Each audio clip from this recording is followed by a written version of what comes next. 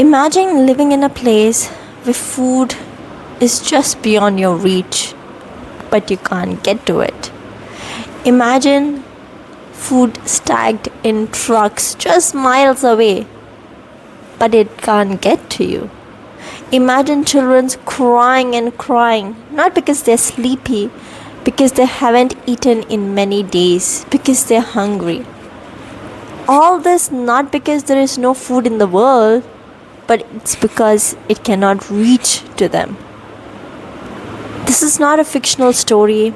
It's not a paragraph from history books. It is happening right now in Gaza 2025. Assalamu alaikum and welcome to my channel. Today we're going to talk about the heartbreaking reality happening right now in Gaza, why a famine is being talked about, and what this tells us about the world.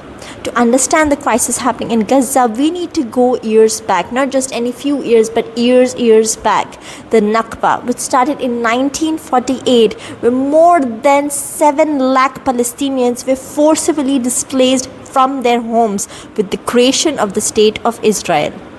Since then, the Palestinians have been living under occupation, siege, and military aggression.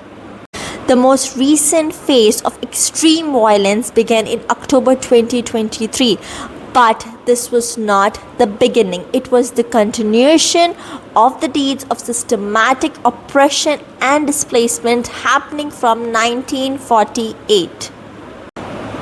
By March 2025, Israel imposed a total blockade in Gaza. Nothing goes in and nothing goes out, not even food, water, or medical aid. It made a prison, sort of. Not even humanitarian convoys were allowed inside. They were stopped at the borders. This led to the fall of the basic infrastructure. The bakeries were bombed, the water supplies were destroyed. 70% of the hospitals were already bombed before. The remaining hospitals, which I'm talking about just 2 or 3, are overwhelmed with people with no proper resources and no equipments to help the people. At this time, people started eating grass, drinking contaminated water. The children began to die. At this moment, not from the bombs, but because they were starved to death. The numbers are horrifying. UN has declared 93% of Gaza, that is 2.3 million people, are suffering from what they call acute food insecurity. This means these percent of people have no idea where their next meal is going to come from. Around nearly 1 in every 5 Gazan is suffering from what the UN says IPC phase 5 level of hunger. That is claustrophobic hunger. That is where a famine is declared.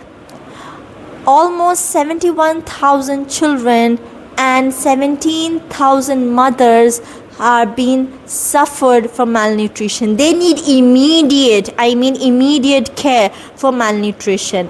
These are not just numbers. These were families. They were people who had homes, who had food, who had medical supplies. Now all they have is tent and hopelessness.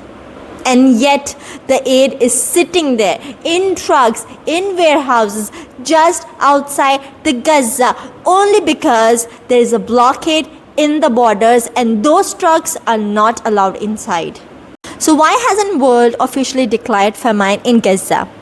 Because the most disturbing truth in today's world is the UN needs to collect data. But Gaza is so destroyed that the UN is not able to collect data properly. There is no way inside to Gaza to collect those data.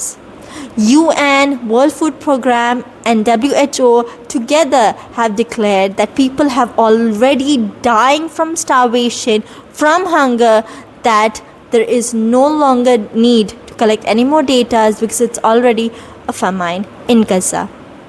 Now I'm going to read out some of the things that people living in Gaza have said. I've collected this from their social media accounts. These are their voices that we need to say so loud that the people who have no knowledge about this can understand what's truly happening in Gaza. A person has said, My baby hasn't eaten in 48 hours. We ran out of formula. I tried to give him water, but there was none. Another person said, I have lost 20 kilos in 3 months. My bones hurt from lying on concrete. There is no mattress, no food, no water, and no hope. Another person says, we eat 1 slice of bread a day if we are lucky. My son doesn't even ask anymore. He knows there is nothing. The journalists have been documenting their own starvation. Some have reported losing 30 to 60 pounds.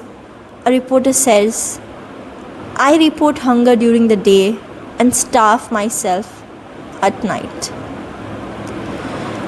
The UNRWA staff, the very people helping in distributing aid in Gaza, have collapsed from hunger themselves. According to the UNRWA, the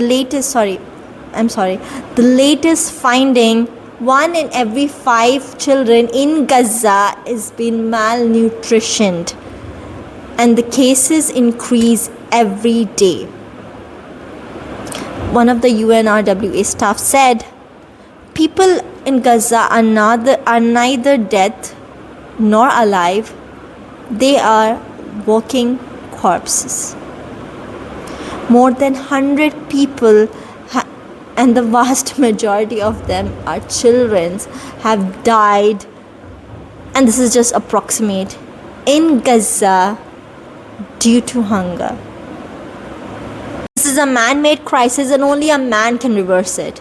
First, a ceasefire is the most important thing that needs to happen right now at this moment. The food supplies just sitting outside Gaza's border, sitting there without being allowed to get inside, can happen only if there is a ceasefire. Second, the siege must be lifted. Even temporary humanitarian corridors would allow basic life-saving supplies to enter the Gaza's border. Fuel needs to enter Gaza so that the hospitals and the bakeries can function again, and the clean water needs to get to the people so that there is no more spreading of the diseases. There is little time left, but not much time. People have already dying from hunger, from starving. The kids, the mothers, the fathers, all are suffering from hunger. This should not happen, and this should not be allowed by the world leaders. As Muslims, we have been taught from a very young age that feeding a hungry person is one of the greatest forms of charity. And as humans, we know that any person suffering or anyone in suffering should never be ignored. You don't need to have money or influence to help. You can speak up. You can make their voices be seen through you. You can make du'as for them. And if you can donate, so please do donate. Thank you for listening to my video, and thank you for listening to me. Donate if you can. Please speak up for them. Don't ignore their voices. This is happening right now. We are sitting safe in our homes, having food to eat, but they are suffering. So please speak up and let the world know what's happening, and donate if you can, and make du'as for them. Gaza is not a story, it's a reality, and I believe every child deserves safety, food, and peace. Until next time, take care and be safe.